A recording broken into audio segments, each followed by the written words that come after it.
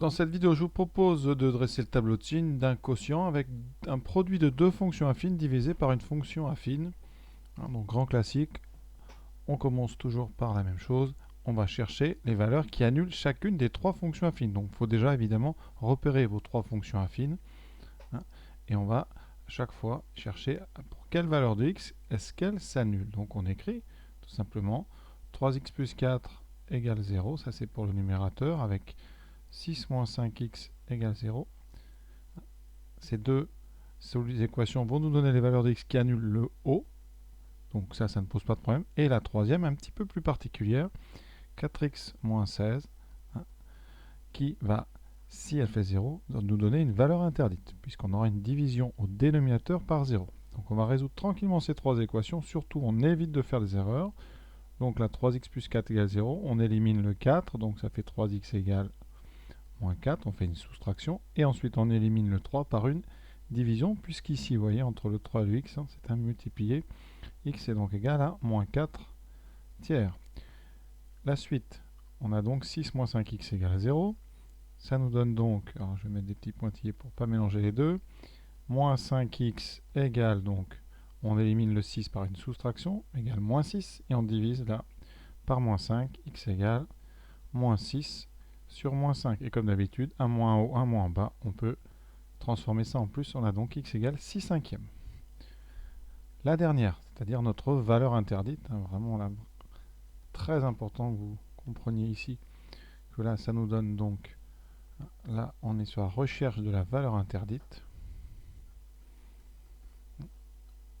On a donc 4x égale 16, puisqu'on ajoute des deux côtés 16, on enlève ensuite le 4 en divisant, x est donc égal à 16 sur 4, et x égale 4. Donc notre valeur interdite, ça sera x égale 4. Je rappelle, ça veut dire que pour x égale 4, vous n'avez pas le droit de calculer f de 4, puisqu'on aura ici une division par 0. Maintenant, on va faire notre tableau. Donc c'est un tableau un peu grand, puisqu'il y a une ligne de plus qu'habituellement. Vous allez avoir une ligne pour le x, une ligne pour chacune des trois fonctions affines que vous avez ici sous les yeux, et ensuite la dernière ligne pour le signe de f de x. Voilà, donc j'ai fait le tableau. Alors, dans le tableau, j'ai mis en bleu ici les deux fonctions affines qui sont produites au numérateur, c'est-à-dire en haut, et en rouge, très importante, celle qui est au dénominateur et qui va nous amener la valeur interdite. Donc, première étape, comme d'habitude, on va remplir le tableau en mettant d'abord les valeurs de x qui annulent chacune des trois fonctions affines. Alors, première étape, il faut aussi bien les classer dans l'ordre. Alors, vous avez moins 4 tiers, 6 cinquièmes et 4. Donc moins 4 tiers, c'est plus petit que 6 cinquièmes. 6 cinquièmes, ça fait 1, quelque chose, et c'est plus petit que 4. Donc important, vraiment, vous les classer dans l'ordre, sinon ça risque d'être entièrement faux. Ensuite, une fois qu'on les a placés, on indique sur le trait correspondant à chacune, là, quelle est la fonction affine qu'elles annulent. Donc moins 4 tiers, on a vu, ça annule la première, c'est-à-dire 3x plus 4. 6 cinquièmes, ça va annuler la deuxième, puisqu'on c'est la solution de 6 moins 5x égale 0. Et 4, c'est la valeur de x qui annule le dénominateur, donc qui annule 4x moins 16. Alors, je vais mettre en rouge parce que c'est un 0 particulier puisqu'il est dessous, il est en dénominateur. La règle des signes. Ici, on regarde toujours le coefficient de x qui a devant x. Ici, vous avez un 3.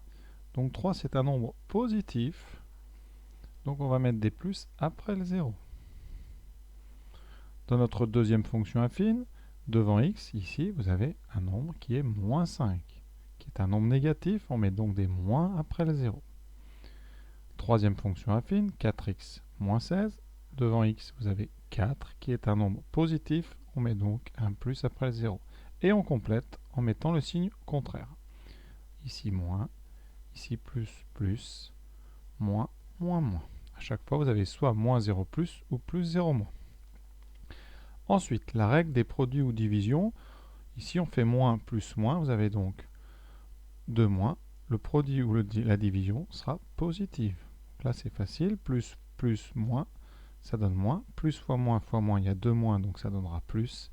Et là, vous n'avez qu'un seul moins, donc ça donnera moins. Il reste maintenant la partie délicate pour certains, c'est est-ce qu'on met des zéros au niveau des traits ou la double barre.